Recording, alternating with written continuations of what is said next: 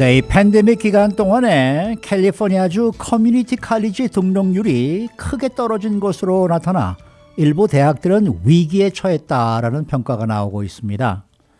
반면에 UC 계열은 지원서가 역대 가장 많은 것으로 나타나서 치열한 입학 경쟁이 빚어지고 있습니다. 또 전국 대학들이 학생들에게 코로나19 백신을 의무적으로 접종하는 문제를 두고 논쟁이 한창입니다.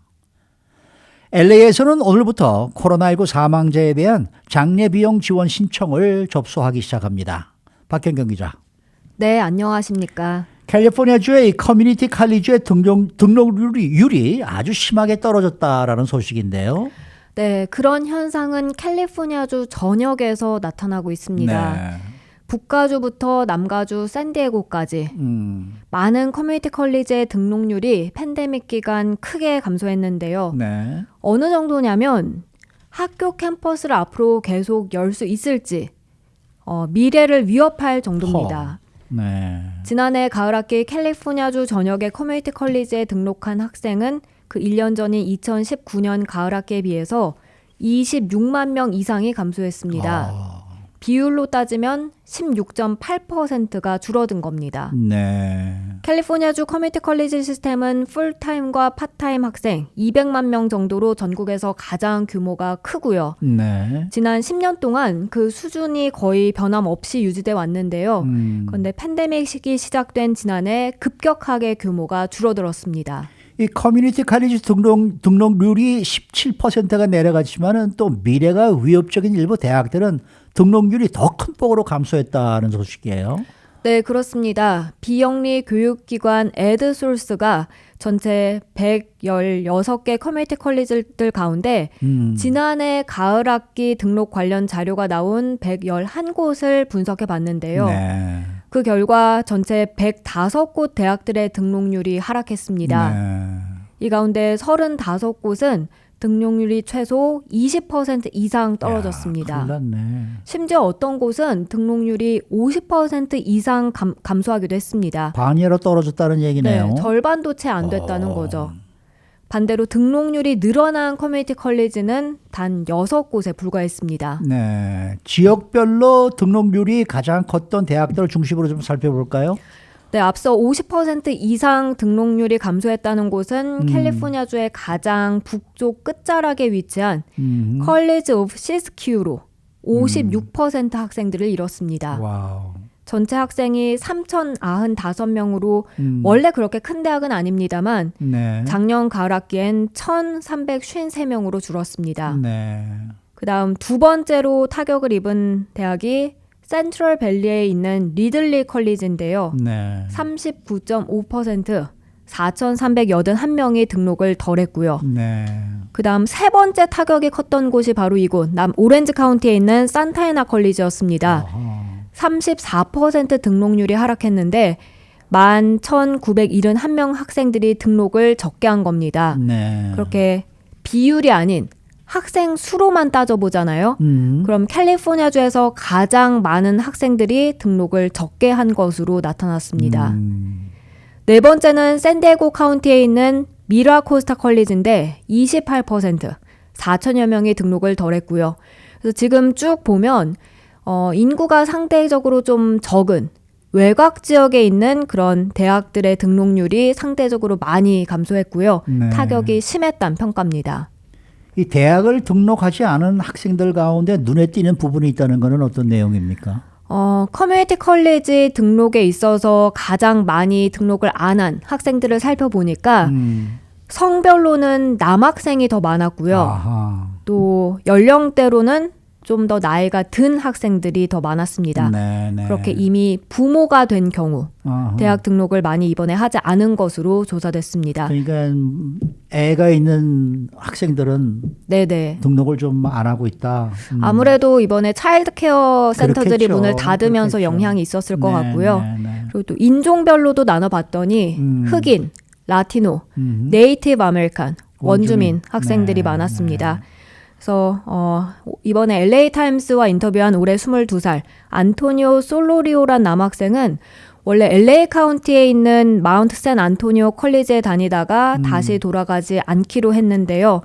대학이 온라인 수업으로 전환됐던 지난해 3월 말 JCPenney에서 일을 원래 하긴 했는데 더 많은 시간 일을 하기로 결정했고요. 네. 그렇게 가을 학기엔 아예 모든 수업을 다 등록하지 않았습니다. 네. 안토니오란 학생은 청각 장애 관련 전공이었는데 아무래도 온라인 수업으로 진행되다 보니까 교수와 1대1로 이렇게 배울 기회가 많이 줄어들었고 그렇겠죠. 기술적 문제도 고쳐지지 않고 끊임없이 생겨났고 그런 식으로 해서 강의를 듣기 싫어졌다고 말했습니다.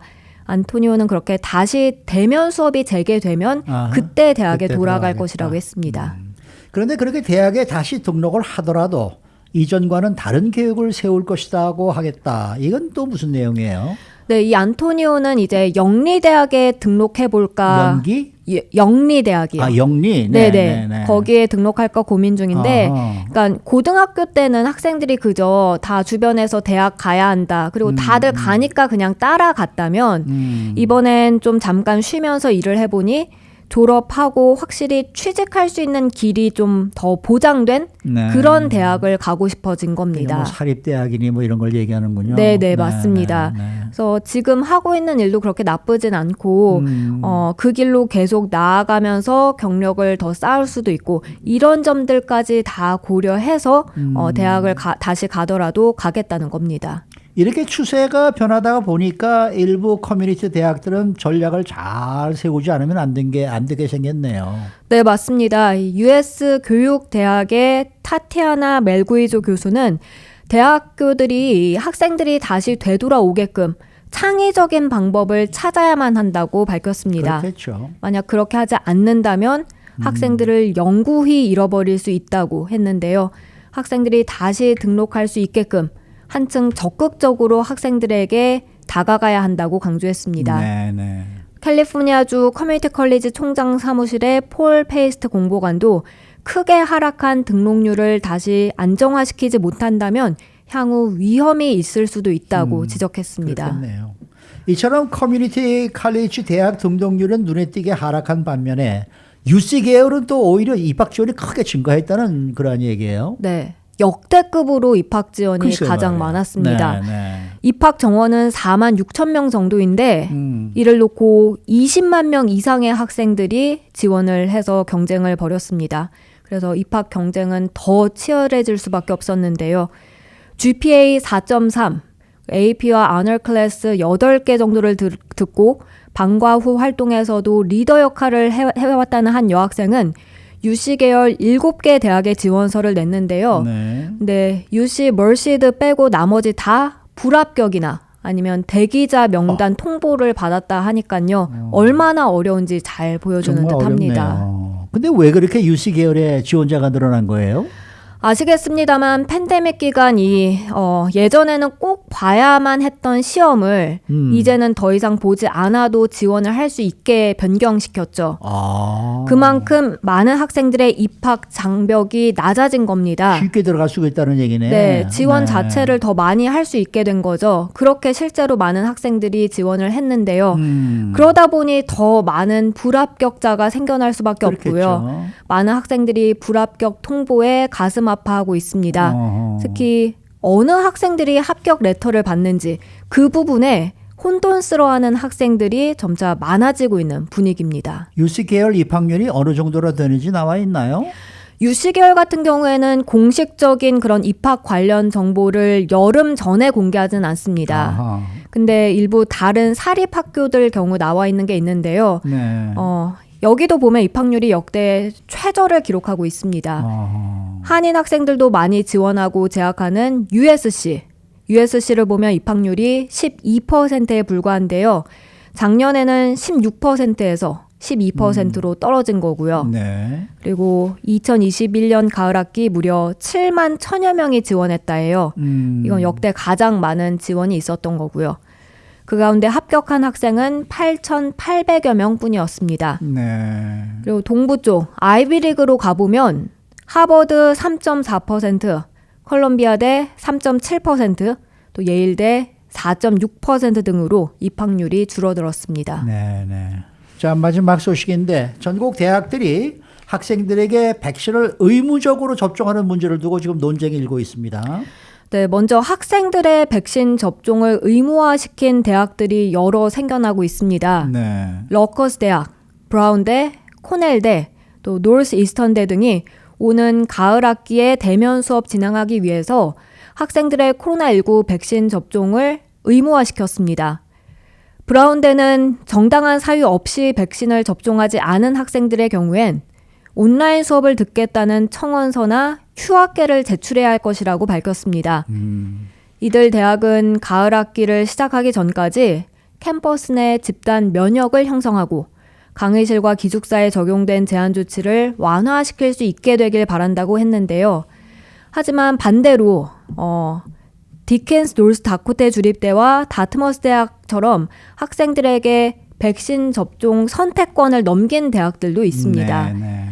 백신 접종을 의무화하진 않고 대신 2차 접종까지 마친 학생들의 경우엔 마스크를 착용하지 않아도 되는 그런 방향으로 방역 조치를 완화시키는 겁니다. 네. 백신 접종 의무화가 합법적인 것이냐 이런 걸 놓고 또 의견이 엇갈리고 있죠.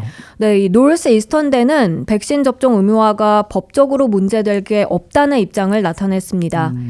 코로나19가 아니더라도 다른 감염병에 대해 백신 접종 의무화하는 그런 경우가 드물지 않고요. 네. 이에 더해 캘리포니아 법원이 지난해 캘리포니아 주립대의 독감 예방 접종 의무화 계획을 인정했기 때문입니다. 반면 버지니아 공대 관계자는 연방식품의약국 FDA가 코로나19 백신을 정식으로 승인한 게 아니기 때문에 의무화할 수는 없다고 했습니다. 그리고 하버드대 로스쿨에서 생명윤리, 보건법을 담당하는 한 교수는 대학이 코로나19 백신을 의무화할 수 없다는 법적 근거는 없다고 지적했는데요. 네. 다만 이 교수는 주정부가 백신 접종 의무화에 반대할 경우엔 법적 문제가 발생할 수 있다고 꼬집었습니다. 그래서 또 유학생들한테까지 코로나19 백신 접종을 의무화한다. 뭐 이런 얘기가 나오고 있는데 이게 좀 또 지나치다라는 목소리도 있어요. 네, 왜냐하면 각 나라마다 지금 상황이 다 제각기 그렇겠죠. 다르잖아요. 네. 아직 코로나19 백신을 접종할 수 없는 나라들도 있고 어허. 또 접종했더라도 미국에선 사용하지 않는 그런 백신을 맞게 되는 경우도 있습니다. 네. 따라서 유학생들에게 백신 접종을 의무화하는 건 너무 과한 게 아니냐 이런 지적이 나오고 있고요. 그리고 또 학생들 사이에서도 백신 의무화를 두고 의견 차이를 보이고 있는데요. 일부는 캠퍼스에 돌아가는데 안전해져서 좋다고 하지만 또 다른 일부는 백신을 접종하는 건 선택에 맡겨야지 의무화시키는 건 좀 과하다 이런 입장을 나타내고 있습니다. 네. 수고 많으셨습니다. 감사합니다. 박현경 기자였습니다.